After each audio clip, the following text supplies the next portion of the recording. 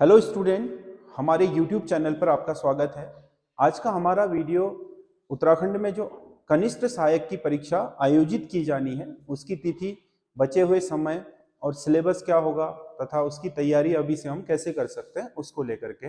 आपको पता है हाल ही में आपके 25 अगस्त के दिन उत्तराखंड अधीनस्थ सेवा चयन आयोग ने UKSSC ने एक परीक्षा कार्यक्रम जारी किया है। तो इसमें बहुत लंबे समय से जो कनिष्ठ सहायक, एक तो कनिष्ठ सहायक जो न्यायालय में है उसकी तो विज्ञप्ति भी आई हुई है, थोड़ा पेपर लेट हो गया है। एक कनिष्ठ सहायक अब आने वाला है जो 12वीं पास होगा विभिन्न विभागों में आपके उसमें, जिसे कनिष्ठ सहायक सबसे ज्यादा जो आपके सबसे ज्यादा आकर्षित करने वाला जो पद है उत्तराखंड में, क्योंकि वो कंबाइंड भर्ती होती है अलग अलग विभागों की। तो इसमें कनिष्ठ सहायक, पिछली बार तो इसमें शायद वो मेड भी थे, वर्क मेड भी थे सिंचाई विभाग में, तो इस बार इसमें केवल कनिष्ठ सहायक और दे रखा है इसमें अन्य जो इंटरमीडिएट या आहर्ता के विभिन्न पद हैं वो भी दे रखे हैं, जिनमें टाइपिंग टेस्ट के बाद ही आपका सिलेक्शन होता है। तो इसका जो विज्ञप्ति जारी होगी वो 31 अगस्त को जारी होगी, 4-5 दिन बाद इसकी पूरी विज्ञप्ति आ जाएगी। तभी एग्जैक्टली पता चल पाएगा कि इसमें पद कितने हैं, मतलब क्योंकि पहले तो इसमें एक इतने पद होंगे करके पहले भी दिया हुआ था, लेकिन अब क्योंकि इसकी पूरी तैयारी हो गई होगी, 31 अगस्त को इन्होंने विज्ञप्ति जारी करने, विज्ञापन की तिथि दे दी है, तो इस दिन आपको पता चल जाएगा कि क्या है। सिलेबस भी इसी में पता चलेगा। बाकी सिलेबस में आप देखिएगा जो पिछला कनिष्ठ सहायक UKSSC ने करा रखा है उससे मतलब 99% आपका सिलेबस मैच करेगा। इसका मतलब जो पहले से तैयारी में है उन लोगों के लिए बहुत दिक्कतें नहीं होंगी। जो इसकी विज्ञप्ति की आस में लगे हुए थे तब तैयारी करेंगे उनके लिए बहुत कम समय है, 2.5 महीने का ही आपको समय मिलने वाला है, क्योंकि 31 अगस्त को अगर ये विज्ञप्ति जारी होती है तो 15 नवंबर को इसने प्रस्तावित परीक्षा की तिथि दे रखी है। 15 नवंबर को हो भी जाएगी, क्योंकि अगर इलेक्शन होते भी हैं तो आचार संहिता वही दिसंबर लास्ट या जनवरी में लगेगी, तब तक ये एग्जाम करा देंगे, चाहे रिजल्ट बाद में दें, लेकिन एग्जाम आप ये मान के चलिएगा कि ये नवंबर में अगर सब कुछ ठीक ठाक रहा तो उस समय तो ये आपदा वापदा इन सब चीजों का चक्कर भी नहीं होता है, तो उस समय ये परीक्षा आयोजित हो जाएगी। ये आपका परीक्षा तिथि दे रखी है 15 नवंबर 2026। तो इस हिसाब से अगर हम 1 सितंबर से भी ये गणना शुरू करते हैं तो 1 सितंबर से 15 नवंबर तक आपके कुल दिन होते हैं 75, यानी कि 2.5 महीना, 2.5 माह। तो 2.5 माह में अब इसकी तैयारी को कैसे अंजाम दिया जाए। पहली बात तो ये कि जो बिल्कुल नए हैं, कि भाई हम नए हैं, आज तक हमने पढ़ाई नहीं है, उत्तराखंड के किसी एग्जाम की तैयारी नहीं करी है, उनके लिए तो ये बहुत ही मतलब आपका कठिन होने वाला है।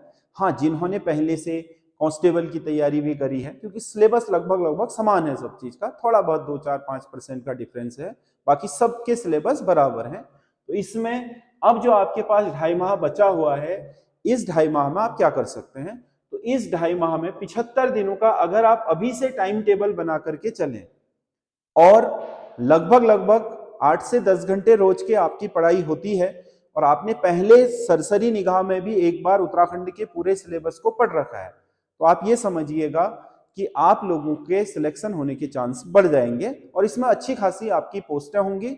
तो मेरिट भी बहुत ज्यादा नहीं जाती है, क्योंकि पिछली बार भी आपने देखा होगा कि बहुत हाई मेरिट इसमें नहीं थी, लेकिन पेपर अच्छा बनता है। आपने देखा होगा जो कनिष्ठ सहायक का पेपर UKSSC ने बनाया, वो मतलब आपके जो लोक सेवा आयोग PCS और लोअर PCS का प्री बनाता है उससे काफी अच्छा, मतलब उससे ठीक ठाक क्वेश्चन पेपर होता है। तो कुल मिलाकर के पेपर में वही आदमी बाजी मार सकता है जिसको वन लाइनर नहीं बल्कि हर विषय का जो वहां टॉपिक दे हुए उनका डेप्थ में ज्ञान है। तो इन 75 दिनों में अगर आपके पास 8 से 10 घंटे रोज के हैं, आप केवल तैयारी करने वाले छात्र हैं, तो आप अच्छा कर सकते हैं। क्योंकि देखो आपने करना क्या है कि 31 अगस्त के दिन जैसे ही इसका विज्ञप्ति आएगी तो आप लोग एक काम करिएगा कि जिस दिन इसकी विज्ञप्ति आती है तो विज्ञप्ति की फोटो स्टेट निकाल लीजिएगा, विज्ञप्ति के उस भाग की जिसमें सिलेबस दे रखा है उतने पन्नों की फोटो स्टेट निकाल लीजिएगा, और उस फोटो स्टेट के मान लो विज्ञप्ति में जो सिलेबस है वो 8 पन्नों में गया है, तो 8 पन्नों का जो सिलेबस है वो आप फोटो स्टेट निकाल करके जहां पर भी आप पढ़ाई करते हो क्रमवार लगा दीजिए, एक एक सब्जेक्ट वाइज। और आपने करना क्या है कि सभी जो बुकें हैं, आपको पता है उत्तराखंड के लिए आप परीक्षा वाणी, BS नेगी, अजय रावत ये वाली पढ़ते हैं, तो ये 3 की 3 पुस्तकें आप रखिए। उत्तराखंड के जितने भी टॉपिक हैं इनमें से आप क्लियर करते जाइए। हो सके तो फटाफट उठ के शॉर्ट नोट और हर फैक्ट को टॉपिक के अपने उसमें इंक्लूड कर लीजिए, जोड़ लीजिए कि भाई मैंने 5 लाइन का शॉर्ट नोट्स बना रखा है और इस टॉपिक में 6-7 ये महत्वपूर्ण फैक्ट हैं, तो उनको आप उसमें ले लीजिए। तो ये आपको लगातार हर टॉपिक वाइज करना है। कंप्यूटर के लिए एक बुक ले लेनी है, हिस्ट्री के लिए एक बुक ले लेनी है ना, और ज्योग्राफी के लिए एक बुक ले लेनी है, ठीक है। जैसे कोई दृष्टि की लेकर रख रहा है, कोई वर्णवाल वाली लेकर रख रहा है, कोई किरण की लेकर रख रहा है, तो इन सब की बुकें आप रख लें सामने, और जो सिलेबस में टॉपिक है उस टॉपिक को क्लियर करें। मान लो किसी टॉपिक में, सिलेबस में जो टॉपिक दे रखा है आपकी किताब में नहीं मिल रहा है, तो वहां पर आप तुरंत इंटरनेट में गूगल की सहायता ले सकते हैं, AI की सहायता ले सकते हैं। मोटे मोटे फैक्ट और जो ऑथेंटिक चीजें इंटरनेट में पड़ी हैं उनको आप अपने नोट्स में शामिल कर लें। ये आपने लगातार करना है, और आने वाले 2 महीनों तक लगातार आपने ये प्रोसेस अपनाई तो 2 महीने में आपका सिलेबस का हर टॉपिक लगभग पूरा हो जाएगा। अगर 8 से 10 घंटे आपके रोज लग रहे हैं तो पूरा का पूरा रिवीजन हो जाएगा, फैक्ट सहित रिवीजन। लास्ट के 15 दिन में जितने शॉर्ट्स नोट बना रखे हैं उनको अगर आप 2 बार रिवीजन कर लोगे, लास्ट में 2 बार, तो आपकी जो उस समय होने वाली छोटी मोटी 4-5 क्वेश्चनों की गलतियां हैं वो भी दूर हो जाएंगी, तो आप अच्छा इसमें कर पाओगे। तो इसके लिए सबसे महत्वपूर्ण तो यह है कि भाई आप लोगों को खुद का डेडिकेशन चाहिए, समर्पण चाहिए, ठीक है। क्योंकि आप सोच रहे हो कि भाई मैं इंटरनेट पे बैठा और रील देखने लग गया या दूसरे काम में चला गया, तो सोच लो कि घंटाधार हो जाएगा। आपको बड़ी सिलेक्टिव अप्रोच अपनानी पड़ेगी कि भाई आपका सिलेबस है, ये टॉपिक है, ये किताब से पूरा करना है। किताब में अगर कुछ वो है तो तुरंत आप AI में कोई भी सर्च मार लो, गूगल में सर्च मार लो, और तुरंत उससे लिखित फैक्टों को अपने जो नोट्स बना रहे हो शॉर्ट, उसमें सारे टॉपिकों के नोट्स बनाओ और उनमें नोट कर लो। लास्ट में उनको 2 बार रिवीजन कर लोगे, आप अच्छा खासा स्कोर करके आ जाओगे। यही सबसे आपका वैज्ञानिक और स्मार्ट विधि है कि आप सिलेबस में से कुछ ना छोड़ें। सिलेबस अगर आपका क्लियर रहेगा तो 80% के करीब क्वेश्चनों पर आपकी पहुंच हो जाती है, रीच हो जाती है, उन्हें अटेम्प्ट करना आपके लिए आसान हो जाता है।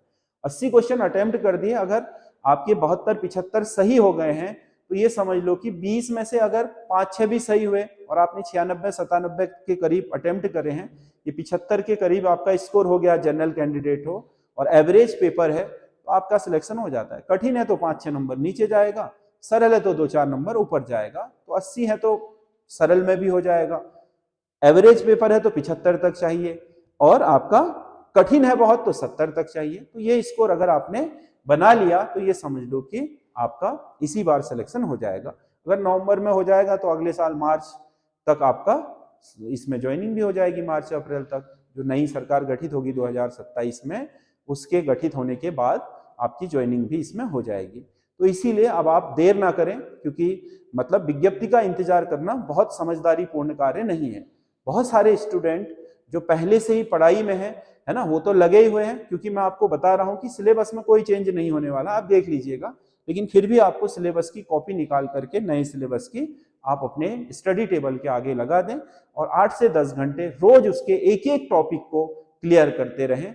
चाहे आप किताबों से करें, मोस्टली किताबों से ही करना है, जहां किताब में नहीं मिल रहा है वहां इंटरनेट का सहारा लेना है। और यूट्यूब वगैरह में थोड़ा कम जाएं, अगर मान लो जाना भी है तो आप जो महत्वपूर्ण सूचना है उसके लिए जाएं। फिल्टर होना चाहिए भाई कि मुझे ये देखना है और उसके बाद वापस आ जाना है। रील वगैरह देखना या शॉर्ट्स वगैरह देखना समझदारी नहीं है, क्योंकि उसमें समय की बर्बादी है। क्योंकि देखो प्रतिस्पर्धा बहुत ज्यादा है, अगर आपने थोड़ा सा भी डिस्ट्रैक्शन आया आपके उसमें, थोड़ा भी भटकाव आया, तो ये समझ लो कि आपके लिए परीक्षा पास कर पाना बहुत मुश्किल हो जाएगा और आपके हाथ से एक बहुत बड़ा अवसर चला जाएगा।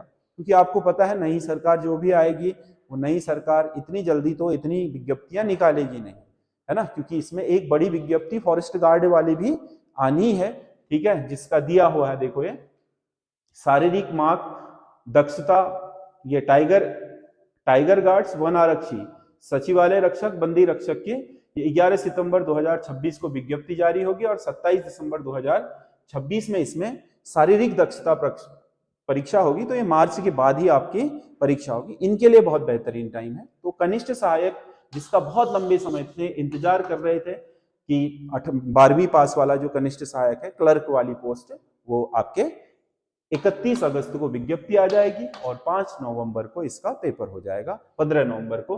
तो कुल मिलाकर के आपके पास 2.5 महीने का एक सॉलिड समय है, इसका सही इस्तेमाल करें, है ना। और अपने थोड़ा जो मन है उस पर नियंत्रण रखें, थोड़ा भटकाव से बचें, है ना। और जो भी आपने पढ़ाई करी है उस पढ़ाई को अंजाम देने के लिए अब आप, क्योंकि आपने पढ़ाई करी है तो जितनी जल्दी आप सिलेबस में टॉपिक क्लियर करने जाएंगे उतनी जल्दी हो जाएंगे, क्योंकि बहुत सारे टॉपिक पहले से क्लियर होंगे तो आपको कोई दिक्कत होगी नहीं।